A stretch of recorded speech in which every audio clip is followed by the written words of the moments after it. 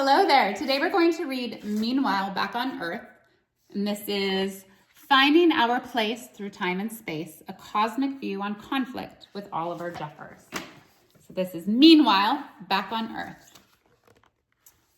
In all of the cosmos, this one place in our solar system is where all of the people have lived. For the whole time we've been people. We've always thought that Earth is so big that it's best to divide us into smaller bits. Mine.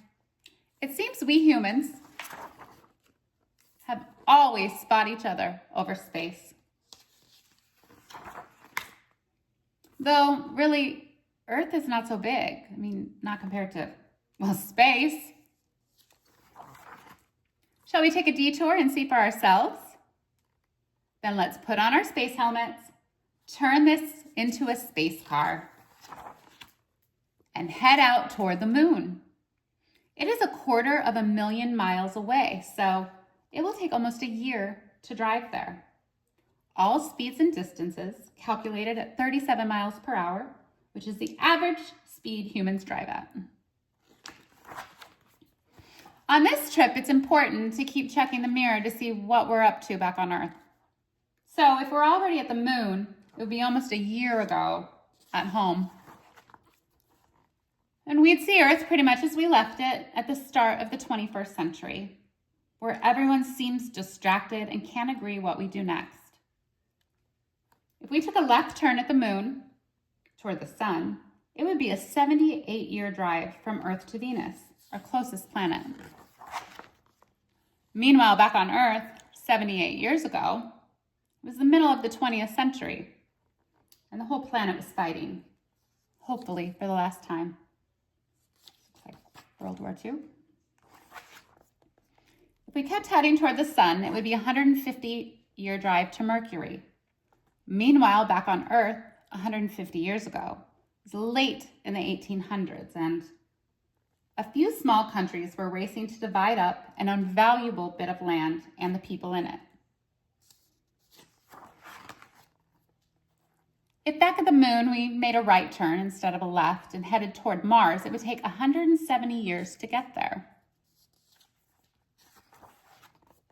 Meanwhile, back on Earth 170 years ago, it was the middle of the 1800s, and 4 different empires were fighting over a small bit of land that stuck out in a small sea.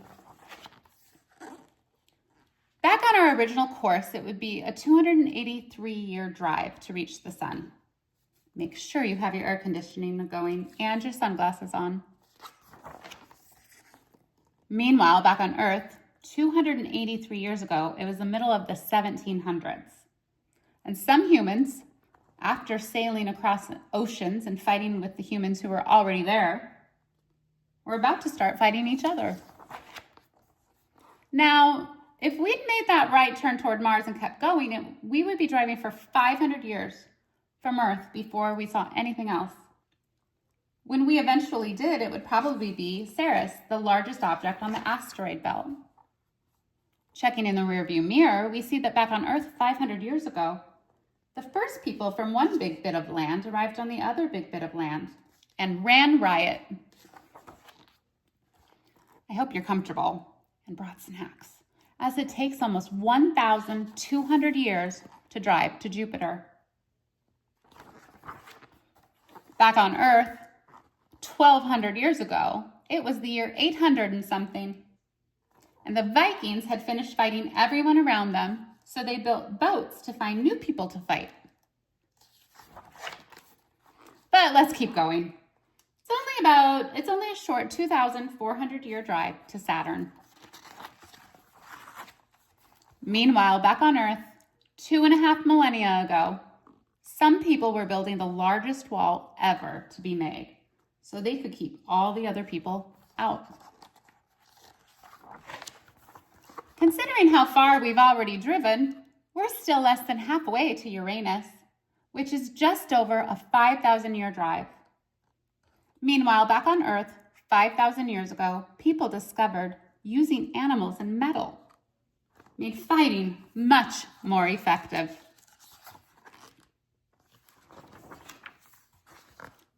It's really pretty empty out this far. It'll take just over 8,000 years to drive to Neptune. Back on Earth, it is 6,000 BCE, and the sea is still rising from the end of the last ice age. And early people are fighting each other with sticks and stones.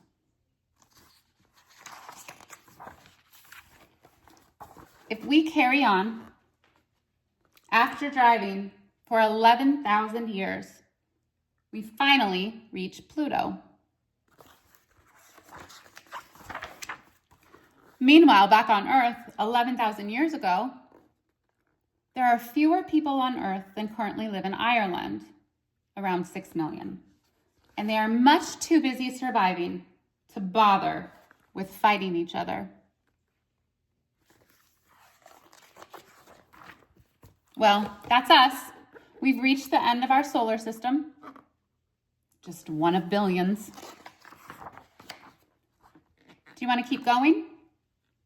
Next stop, Alpha Centauri, just a 77 million year drive away. Or do you want to go home?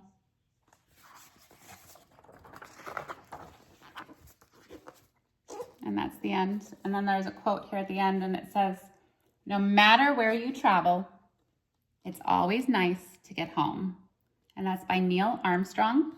And he said that upon returning to Earth on Apollo 11 in 1969. That's a really great book. I really liked that. And then here kind of gives you a timeline of what they just went through, but it's through the solar system. So I love that. What a great book here on Books with Budowitz.